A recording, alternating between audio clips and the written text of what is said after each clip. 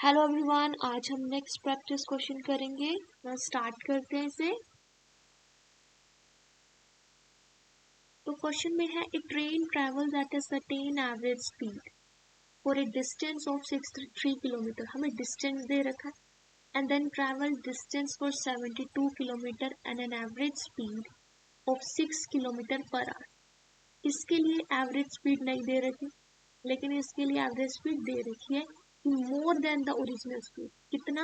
6 kilometre per hour more than the original speed. So if it takes 3 hours to complete the total journey. Total journey मतलब जाने वाला और आने वाला, come and back, go and back होगा। तो what is the original average speed?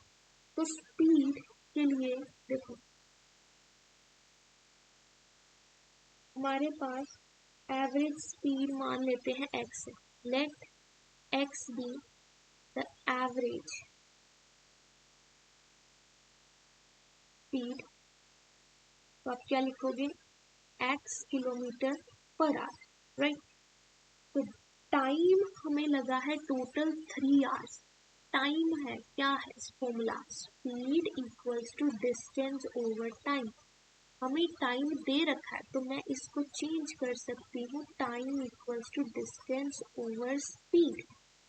पहले case में स्टार्टिंग में डिस्टेंस है 63, तो 63 डिस्टेंस है, स्पीड हमने अज्यूम करी हुई है x।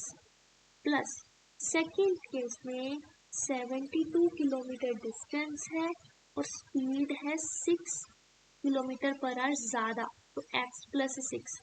ये टोटल टाइम लगा है 3। बस इसको हम कॉमन डिनोमिनेटर लेके सॉल्व कर लेंगे।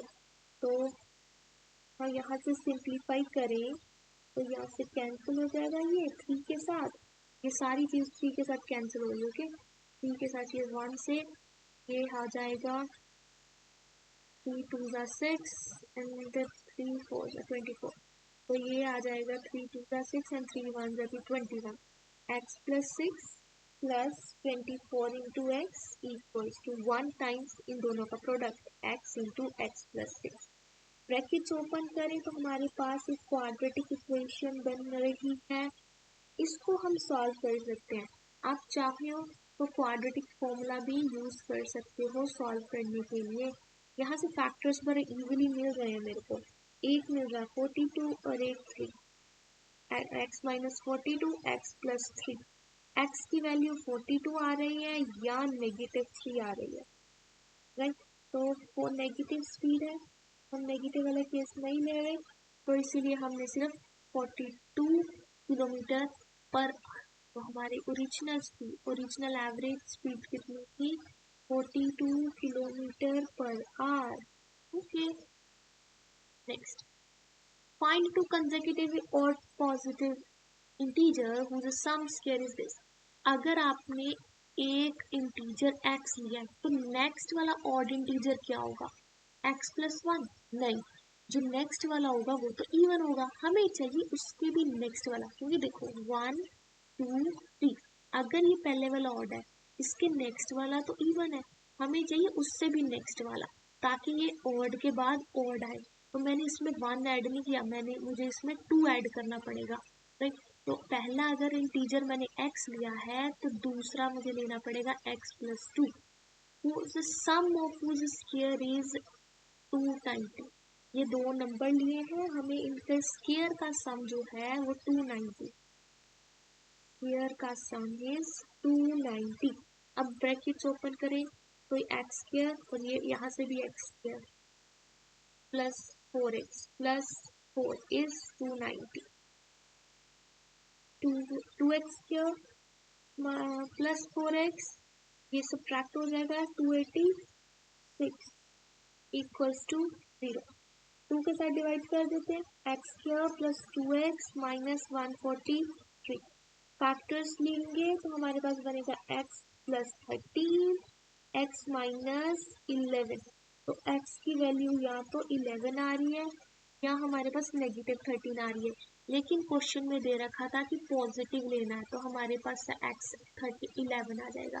तो मतलब एक नंबर 11 है, दूसरे वाला 13 है।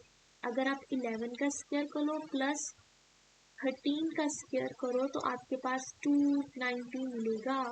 ओके, आप करके देख लो। 11 स्क्वायर कितना होता है? 11 का स्क्वायर होता है 121, 13 का स्क्वायर 169। तो देखो मिल जाएगा आपको 290। Okay done. नेक्स्ट क्वेश्चन करते हैं। Prove that the length of the tangents drawn from an external point to a circle are equal।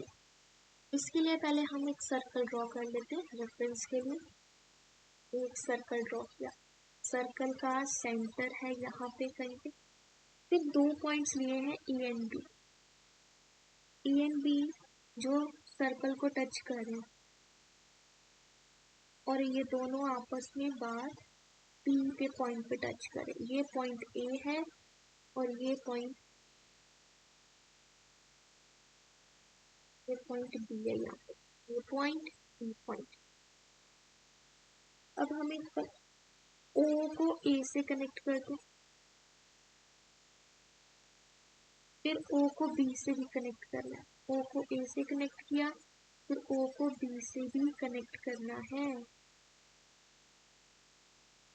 इसकी प्रॉपर्टी क्या होती है कि जब हम टेंजेंट पॉइंट से सेंटर तक रेडियस वाली लाइन जो ड्रॉ करते हैं वो परपेंडिकुलर होती है। ये भी परपेंडिकुलर तो ये भी परपेंडिकुलर। ओके, अब लिखते हैं इसके बारे में।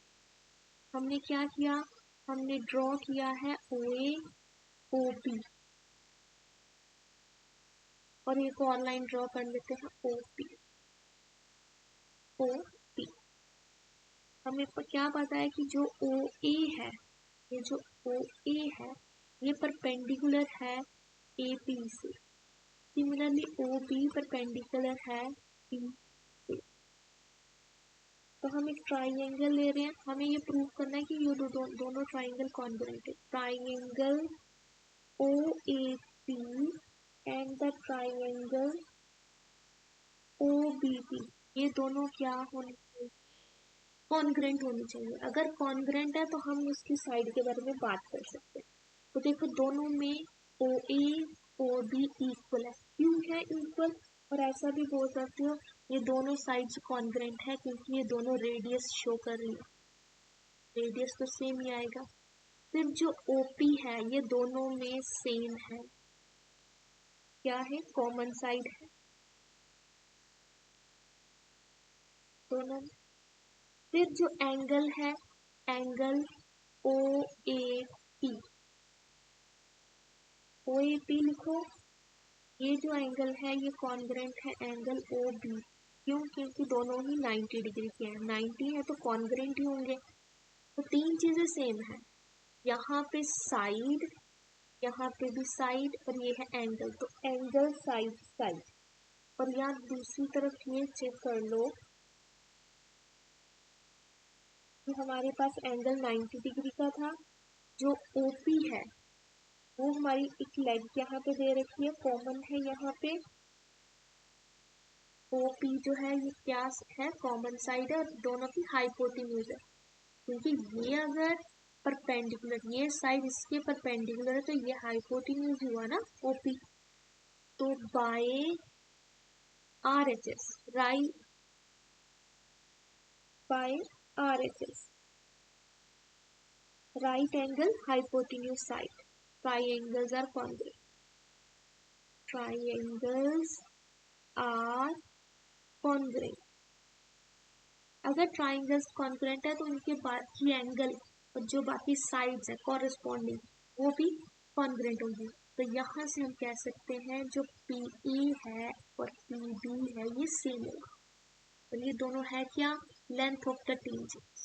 ओके, ये चीज थोड़ा ध्यान रखो क्योंकि जब हम सर्कल ड्रॉ करते हैं, सर्कल पे यहाँ पे अगर आपने पॉइंट लिया और आपकी टेंजेंट यहाँ जा रही है, यहाँ से है, तो ये आपका 90 डिग्री इधर है ना, इधर है 90 डिग्री, तो ये 90 डिग्री हो गया। तो ये तो हाइपोटेन्यूज और ये साइड दोनों में कॉमन है, इधर भी है और ये साइड इधर भी है।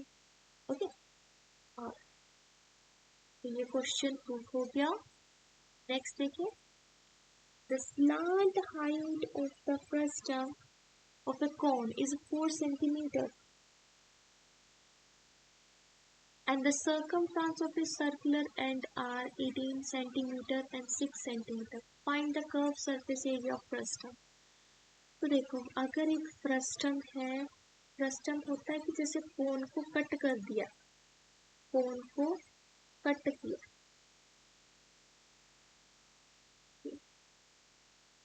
ये सेंटर, ये एक रेडियस इधर आएगा, एक रेडियस इधर, स्मॉल रेडियस।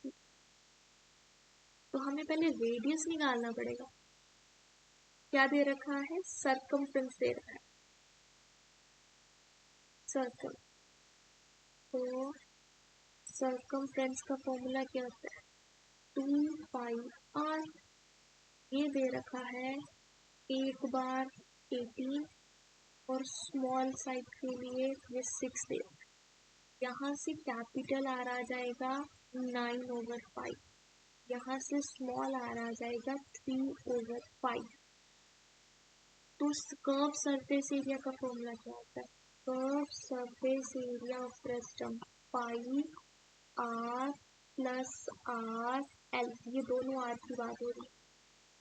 9/5, ये है 3/5, और एल है स्लांट हाइट। स्लांट हाइट दे रखी है 4, तो ये आ जाएगी 4। पाई कॉमन ले लेते हैं, पाई हमने कॉमन ले लिया, तो बचेगा 9 + 3 12 इंटू 4, पाई से पाई कैंसिल, तो आ जाएगा 48। यूनिट्स क्या है? सेंटीमीटर, तो ये सेंटीमीटर स्क्वायर आ गया। ओके, तो हमने यहाँ तक क्वेश्चन कर लिए। आई होप आपको समझ आया होगा। Thanks for watching.